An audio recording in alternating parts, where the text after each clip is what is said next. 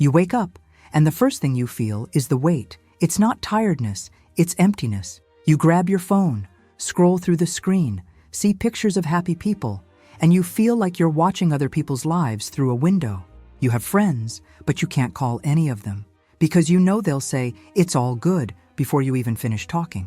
You have family, but you feel more alone at the dinner table than when you're locked in your room. And the worst part, you can't explain this to anyone, so you smile, answer "I'm great" when they ask, and go to sleep with a tight chest, thinking, "There's something wrong with me," because no one else seems to feel this. No one talks about this hole in the chest that won't close, about waking up with no will to exist, about being surrounded by people and feeling like no one truly knows you. You've already tried giving yourself in relationships, gave everything, became the available person, the understanding one, always there, and still you were left. You've already tried closing yourself off, building walls, pretending you don't need anyone, and the loneliness only got heavier. Nothing works, and you start believing the problem is you, that you were born with an invisible defect that pushes people away, that maybe you're destined to live like this. But what if I told you you're not sick? That this loneliness isn't about the people around you? And that it exists precisely because you still haven't understood who really abandoned you first? Because the truth is this: you weren't rejected by the world, you were rejected by yourself. Viktor Frankl survived hell, Auschwitz, the place where everything was taken from him: family, dignity, freedom. And yet, he discovered something that would change psychology forever. He realized that human beings can endure any suffering, as long as that suffering has meaning. But when pain has no purpose, it becomes unbearable. And that's exactly what's happening to you. You're not alone because people abandoned you. You're alone because you lost the meaning of your own existence. Frankl called this existential emptiness, a pain that doesn't come from outside, but from within, from a place so deep you can't even name it. It's the feeling of being alive, but not living. You wake up every day, fulfill your obligations, work, study, take care of others, but deep down, you don't know what for anymore. You don't know what your place in the world is. You don't know what drives you beyond survival. And this lack of purpose consumes you more than any rejection. Because when you don't know why you exist, any abandonment becomes catastrophic. You know why it hurts so much when someone leaves you? It's not just because you lost the person. It's because you placed in them your reason for being alive. You outsourced your sense of existence, made their love the oxygen of your soul. And when they left, you felt like you died too. Because without them, you didn't know who you were anymore. You didn't know why to wake up anymore. Frankl said human beings can't live without a why, without an answer to the question, why am I here? And you, without realizing it, started answering that question with people's names. I'm here for him. I'm here for her. I'm here to be loved, but never, I'm here for me. And then comes the worst part. When those people leave your life, you collapse. Because it wasn't just a separation, it was the loss of your only reason to exist. You handed your reason for living to someone who could leave at any moment, and now you're paying the price. The loneliness you feel isn't lack of company, it's lack of yourself. You lost yourself, erased yourself, dissolved yourself in other people's lives.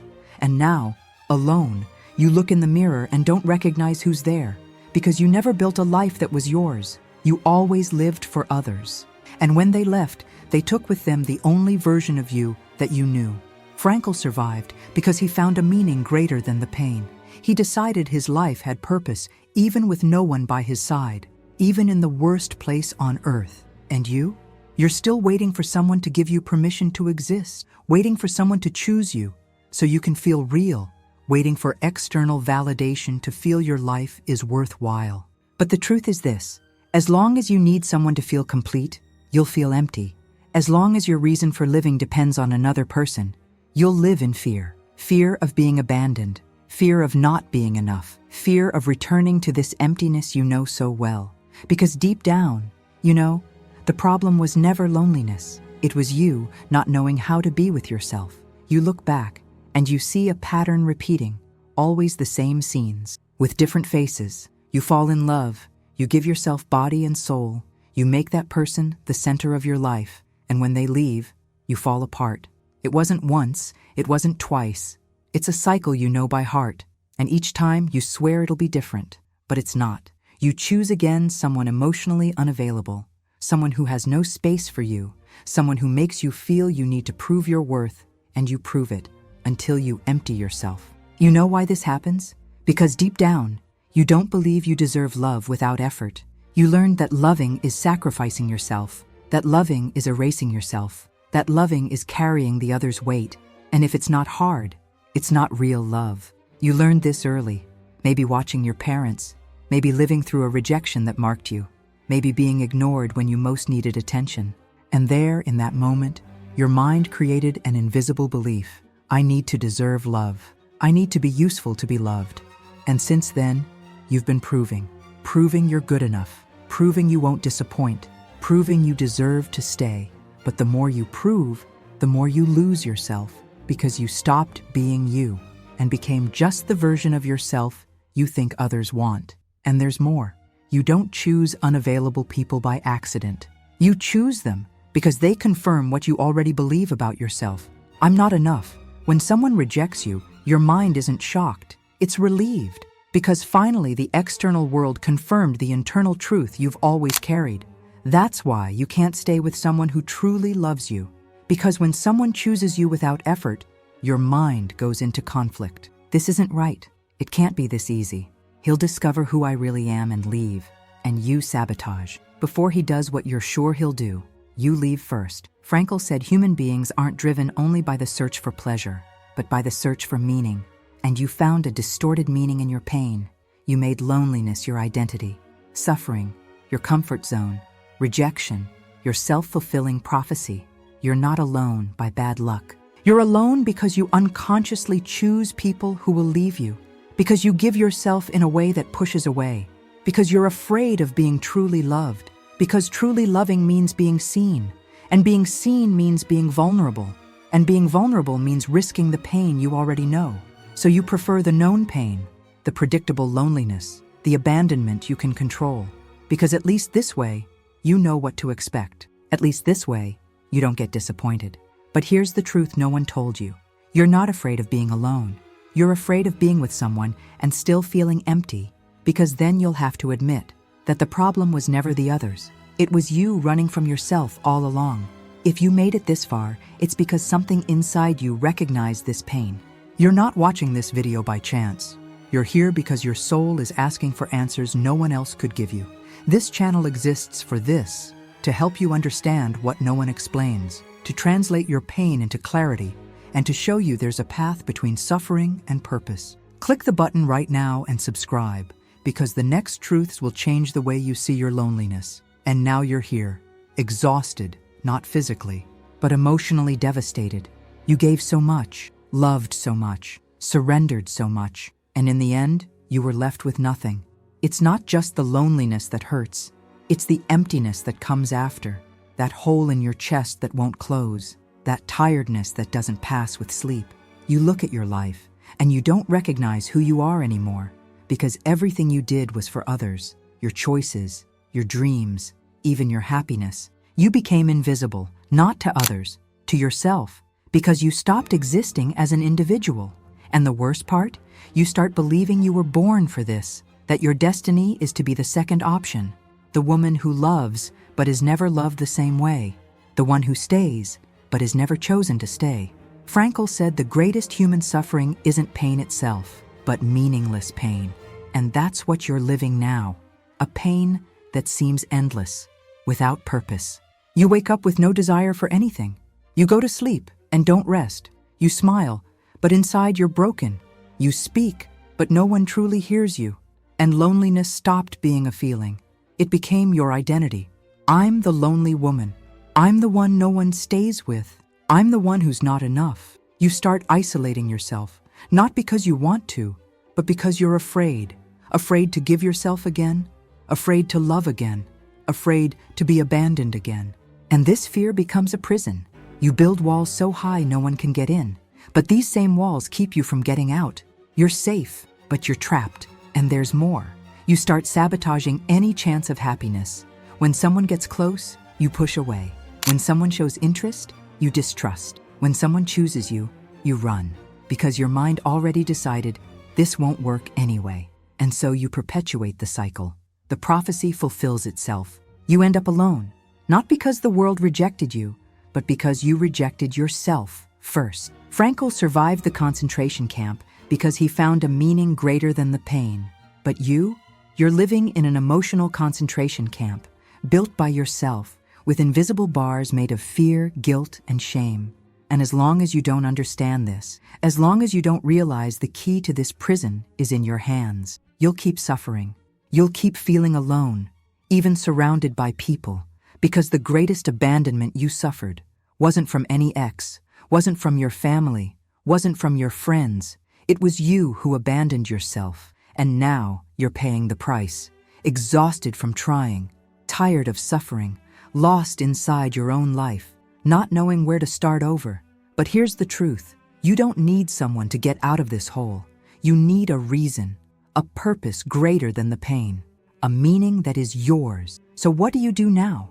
How do you get out of this hole that seems bottomless? The answer isn't in finding someone to complete you. The answer is in you stopping abandoning yourself. It's in you returning to yourself. It's in you rebuilding, brick by brick, the connection you lost with your own soul. The first healing action is this: stop outsourcing your worth. Stop waiting for someone to tell you you're enough. Stop seeking in others the validation only you can give yourself. Frankl discovered in the concentration camp that inner freedom doesn't depend on external circumstances. You can be in the worst situation in the world and still choose how you'll react to it. And you need to make this choice now.